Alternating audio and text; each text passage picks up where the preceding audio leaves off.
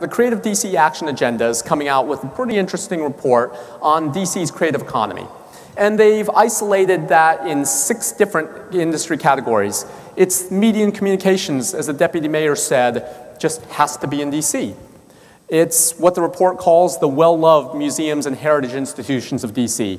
Performing arts, building arts, such as architecture, graphic design, and other disciplines like that.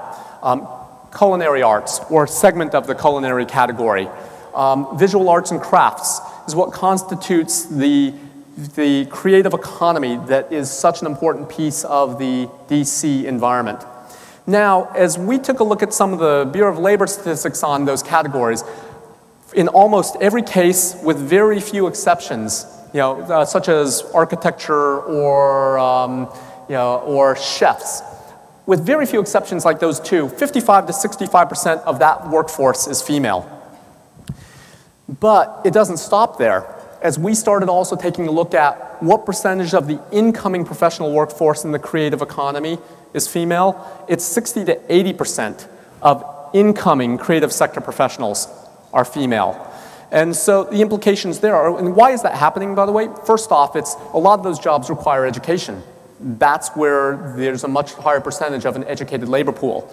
There's also a second piece that we're not going into here. It's another presentation if anybody wants a copy of it, but it's something that we've noticed in a lot of our consumer survey work, what we're calling the extremely creative consumers. Among Generation X women in particular, we're seeing a significantly higher spike in creative activities and creative pursuits than we've seen in prior generations. When I was growing up, or a lot of us in the audience, it wasn't as cool to be as extremely creative as it is now, and so there's much greater levels of creative activity among a much larger audience as we take a look at this audience of Generation X women. So that changes the ball game as well too. So just